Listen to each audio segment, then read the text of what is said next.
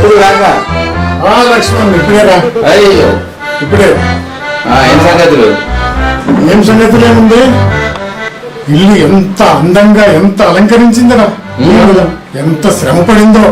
నిజంగా మీ ఆవిడ్ని అభినందించాలిరా. బాడేవాడివేరా, ఏమన్నా బుద్ధి ఉందా నీకు? ఇదంతా డెకరేషన్ నేను, ఇదంతా నా ప్రతిభే. తెలుసులేవా, అందుకే మీ ఆవిడ్ని అభినందించాలి.